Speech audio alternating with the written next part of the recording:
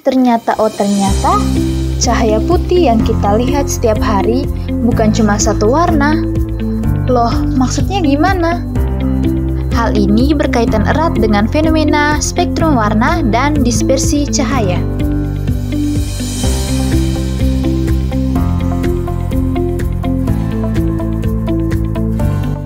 Baik, di sini saya akan menjelaskan tentang pengertian dari dispersi cahaya. Jadi, dispersi cahaya adalah suatu proses dalam fisika yang menjelaskan pemisahan cahaya polikromatik, khususnya cahaya putih, menjadi 7 spektrum cahaya monokromatik atau warna-warna pelangi. Nah, menurut Karyono dan Palupi pada tahun 2009, mereka berpendapat bahwa dispersi cahaya itu merupakan munculnya warna-warna pelangi yang diakibatkan oleh cahaya putih yang terurai.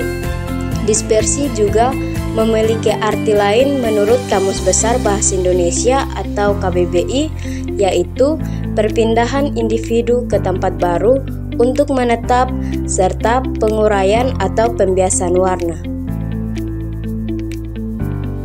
Yang berikut pengertian dari spektrum warna. Spektrum warna adalah deretan warna yang bisa dilihat oleh mata manusia saat cahaya putih diuraikan oleh prisma.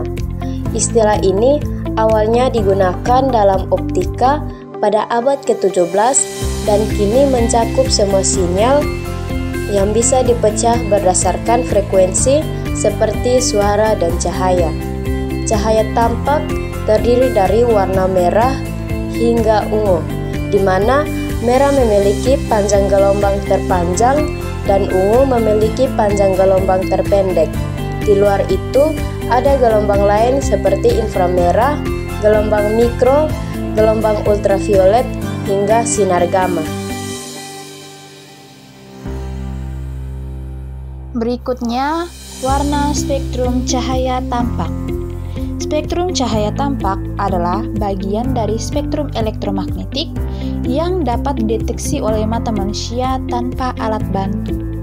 Rentangnya berada antara sekitar 380 nanometer sampai 750 nanometer, yaitu gelombang elektromagnetik yang memiliki energi dari frekuensi tertentu yang cukup untuk merangsang reseptor cahaya di mata manusia. Ketika cahaya putih, misalnya cahaya matahari, dilewatkan melalui suatu media seperti prisma, cahaya itu akan diuraikan menjadi berbagai warna. Fenomena ini yang disebut dengan dispersi cahaya. Warna-warna yang tampak itu misalnya merah, jingga, kuning, hijau, biru, nila, dan ungu adalah bagian dari spektrum tampak. Warna yang terlihat dalam spektrum tampak adalah yang pertama warna ungu dengan panjang gelombangnya 380 sampai 450 nanometer. Yang kedua biru dengan panjang gelombangnya 450 sampai 495 nanometer. Yang ketiga hijau dengan panjang gelombangnya 495 sampai 570 nanometer. Yang keempat kuning dengan panjang gelombangnya 570 sampai 590 nanometer. Yang kelima orange dengan panjang gelombangnya 590 sampai 620 nanometer, dan yang berikutnya merah dengan panjang gelombangnya 620 sampai 750 nanometer. Setiap warna pada spektrum cahaya tampak tadi selain memiliki panjang gelombang yang berbeda-beda, juga memiliki frekuensi kira-kira yang berbeda-beda juga, di mana untuk warna ungu memiliki frekuensi kira-kira 790 sampai 668 Hz dengan tingkatan energi relatifnya berada pada tingkatan tertinggi. Untuk warna biru memiliki frekuensi kira-kira 668 sampai 606 Hz dengan tingkatan energi relatifnya berada pada tingkatan tinggi. Untuk warna hijau dengan frekuensi kira-kiranya 606 sampai 526 Hz dengan energi relatifnya berada pada tingkatan sedang. Untuk warna kuning memiliki frekuensi kira-kira 526 sampai 508 Hz dengan energi relatifnya berada pada tingkatan lebih rendah.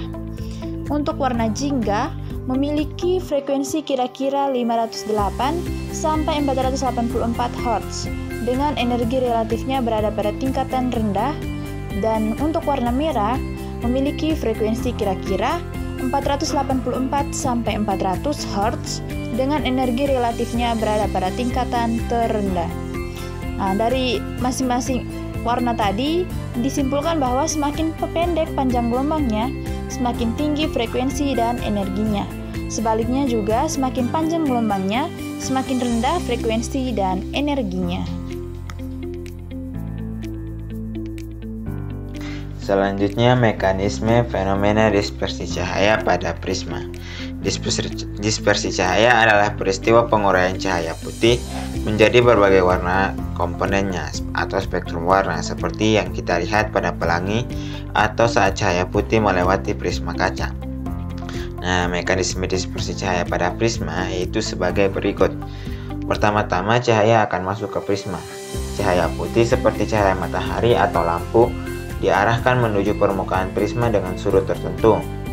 Saat memasuki prisma, biasanya dari udara ke kaca, cahaya akan mengalami perubahan kecepatan karena indeks bias kaca lebih besar daripada indeks bias udara.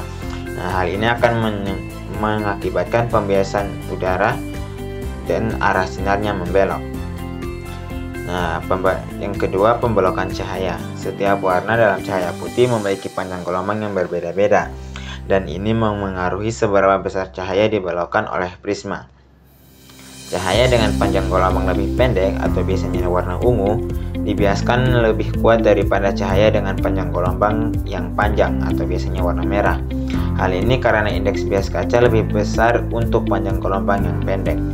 Nah, contohnya pada indeks bias kaca warna ungu itu kurang lebih 1,53. Kalau indeks bias kaca untuk warna merah kurang lebih 1,51.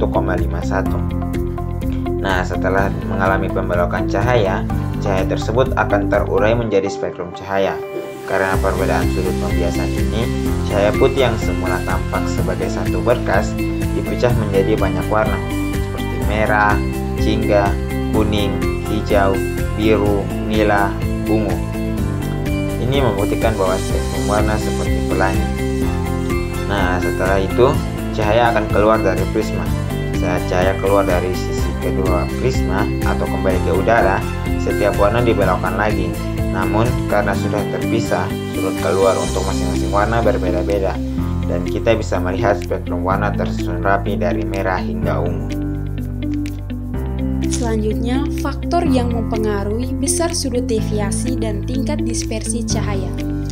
Fenomena pembiasan dan dispersi cahaya oleh prisma sangat dipengaruhi oleh beberapa faktor utama. Besar sudut deviasi atau penyimpangan arah cahaya dari posisi semula dan tingkat dispersi atau pemecahan cahaya menjadi spektrum warna bergantung pada sifat fisik dan geometri prisma serta sifat cahaya yang datang. Berikut adalah beberapa faktor utama yang mempengaruhi besarnya sudut deviasi dan dispersi. Yang pertama, indeks bias medium prisma. Indeks bias suatu bahan adalah ukuran yang menunjukkan seberapa besar cahaya melambat saat memasuki bahan tersebut. Nilai ini dinyatakan dengan perbandingan kecepatan cahaya di vakum terhadap kecepatan cahaya di dalam medium tersebut. Semakin tinggi indeks bias suatu bahan, maka semakin besar pembelokan atau deviasi cahaya saat memasuki dan keluar dari prisma.